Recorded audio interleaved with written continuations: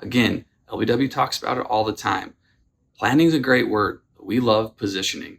Are we in position to take advantage of the situations that are given to us?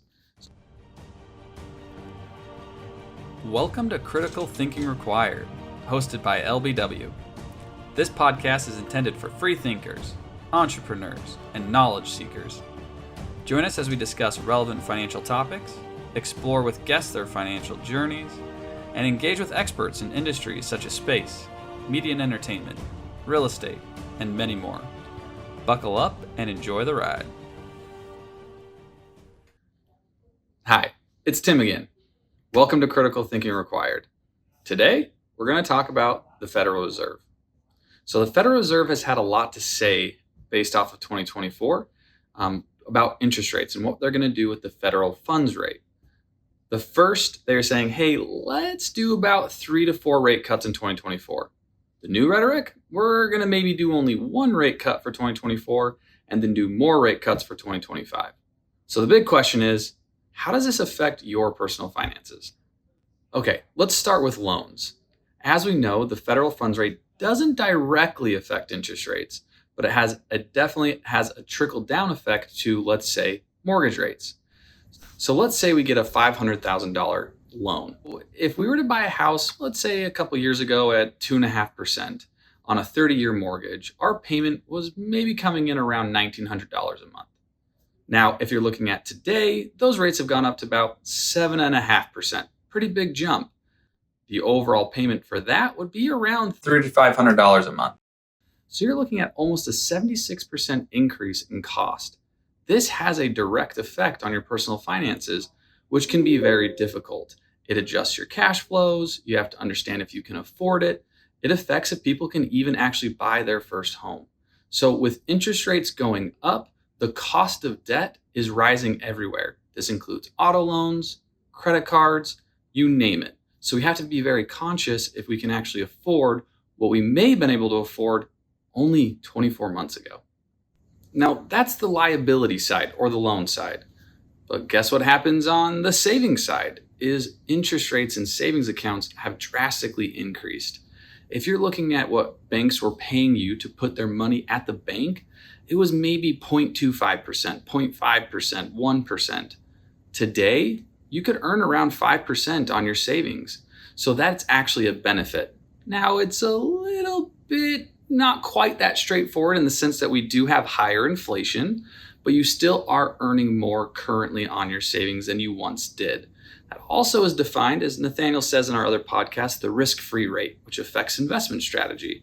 But overall, from a personal finance standpoint, being able to boost money or put money towards savings is not a bad route today based on how interest rates have increased in those specific accounts. So now we know kind of the effect of these interest rates, right? We have higher liability payments, but we're making more money in our savings. So what do we do? Should we do with this information? We got a few tips. Tip number 1, we should review our debts. Where are we at right now? Is your mortgage at that 2.65%? Maybe we shouldn't be adding more to that mortgage amount because it's at a really good rate relative to the historical rates currently. If we're looking to buy a new home, maybe we need to assess where rates are today and if we can afford it, even though we may have been able to afford it roughly 24 months ago.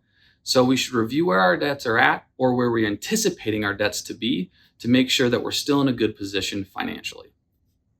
The next tip, we can boost our savings if we have the excess cash flow to do so. Obviously, saving more is always a benefit. But being able to save in some of these interest-bearing accounts can be an added benefit now if we're looking to put money from a short-term to medium-term need. So what do I mean by short-term or medium-term? Anywhere from like 1 to 3 years, we should be placing into these online money markets or treasury accounts to make sure that our money's earning more than maybe what our checking account is giving us, which is really roughly less than 1% currently. The last tip that we have today, which we have a lot of tips, is budgeting. We want to make sure that we're still doing okay from a budgetary standpoint. If we are running credit card debt, has that interest rate increased? How much has that payment been? Can we still afford it? What do our current debts look like? Again, going back to making sure that we do an audit on our current liabilities. Another big thing that's coming up from a budgetary standpoint is student loans. student loans are kicking back in. If you took your student loans out at certain timeframes, let's look at what that interest rate might be. Most people haven't paid on those for almost 3 years. So it's good to make sure we do an audit of our budget and where we're spending to make sure we're in a good position. Lastly, this does infect your investment strategy. I mentioned that a little bit earlier. However, I'm not going to maybe do it as much justice on thinking about how does this affect your investment strategy.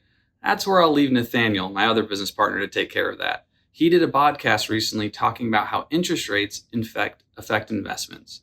He'll talk about how interest rates have adverse relationships with asset prices.